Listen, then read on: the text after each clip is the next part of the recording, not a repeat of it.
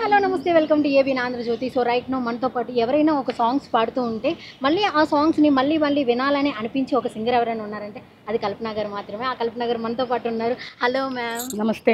నమస్తే. ఏబిఎన్ ఆంధ్రజ్యోతి ప్రేక్షకులకు అందరికీ నా నమస్కారాలు. ఎలా ఉన్నారు? మేము అడగాలి మ్యామ్ ఆ క్వశ్చన్. సూపర్ ఉన్నా. ఎందుకంటే ఒక ట్రెండింగ్ న్యూస్ తర్వాత మా ముందుకు వచ్చారు మీరు. So house your health ma'am? Very fine by God. Okay, ఇప్పుడు మనకైతే నేషనల్ వరకు వెళ్ళాలి అని అనుకుంటారు ఎవరైనా సింగర్స్ లిరిసిస్ట్ వాళ్ళందరూ. ఇప్పుడు ఇంటర్నేషనల్ వరకు మన యొక్క తెలుగు జాతిని అందరినీ కూడా గౌరవం తెచ్చేలాగా తెచ్చిన ఒక చంద్రబోస్ గారికి ఫెలిసిటేషన్ జరుగుతుంది. మీకు ఎలా అనిపిస్తుంది? నాకు అంటే ఆస్కర్ అవార్డు రావడం అనేది అది ఒక ఎత్తు అండి. కానీ చాలా సంవత్సరాల ముందు నుంచి దాదాపు 25 yearsగా I know Chandrabose sir. Mani Sharma గారి దగ్గర పనిచేసేటప్పటి నుంచి చంద్రబోస్ గారిని ఆయన నాకు పరిచయం అనమాట. నీ నవ్వుల తెల్లదనాన్ని పాట పాడేటప్పుడు, ఆ కంపోజింగ్ జరిగేటప్పుడు నేను అక్కడ మణిగారితో పనిచేస్తున్నా. ఆయన ప్రెసెన్స్ ఆఫ్ మైండ్, నాకు తెలుగు లాంగ్వేజ్ గురించి ఎక్కువ డీటెయిల్స్ నాకు తెలీదు, బికాజ్ నా మాతృభాష తెలుగు కాదు, తమిళ్ కాబట్టి. కానీ ఒక కవికి ఎలాంటి ఒక మహత్వం ఉంటుంది, భాష మీద ఎంత పట్టుదల ఉంటుంది అనేది చాలామందిని చూసి నేను ఎంత గొప్పవాళ్ళు కదా, ఎంత సరస్వతి పుత్రులు అని అంటారు. అంటే పాడేవాళ్ళు మమ్మల్ని సరస్వతి పుత్రులు అనడం కాదు ఒకటి, బట్ లిరిసిస్ట్ వాళ్ళే ఇంకా వాగ్దేవి అనుగ్రహం ఉన్న వాళ్ళని చెప్పొచ్చు, సరస్వతి పుత్రులు వాళ్ళు.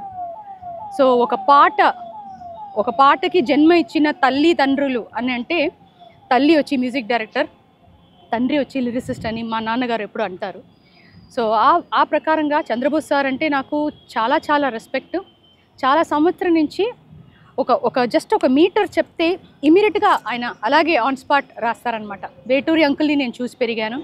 దాని తర్వాత చంద్రబోస్ గారు, సిరివెన్నెల సీతారామ శాస్త్రి అంకుల్, చాలామంది అలా.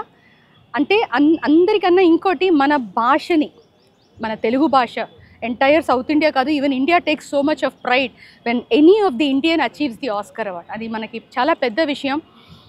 ఎన్నో పాలిటిక్స్, ఎన్నో ఇష్యూస్, ఎన్నో హిండ్రన్సెస్ ఉంటుంది. అంత ఒక పెద్ద స్థాయికి రావాలంటే అది మామూలు కాదు. నాకు తెలిసేది కేవలం సరస్వతి అనుగ్రహం, గురువాళ్ళు అనుగ్రహం.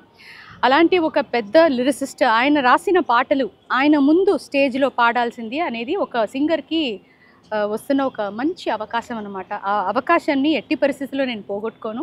So I really wanted to come and be a part of this event. నాకు ఆయన రాసి చాలా ఇష్టమైన పాటలు కూడా పాడుతున్నాను నా తరఫు నుంచి చాయిసెస్.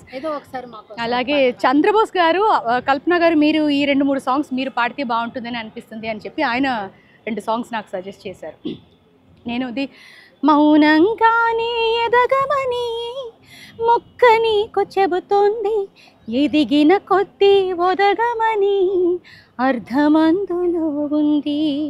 సేమ్ సాంగ్ తమిళ్లో కూడా ఉంది, చాలా గొప్ప పేరు సంపాదించింది ఆ ఒక సిచ్యువేషన్ ఆ ఫిలింలో.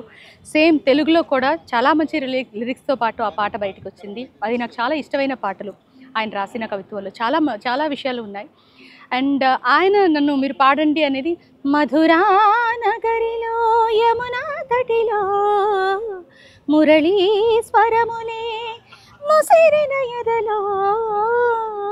తర్వాత అందరికీ నాటు సాంగ్ సెలబ్రేషన్ కాబట్టి, నాకు సంబంధించి ఫీమేల్ సింగర్ అయితే ఏంటి, మేల్ సింగర్ అయితే ఏంటి, నాటు పాడకుండా ఏమో ఉండరు. సో ఆ పాట కూడా నేను మా పిల్లలందరితో పాటు కలిసి పాడుతున్నాను.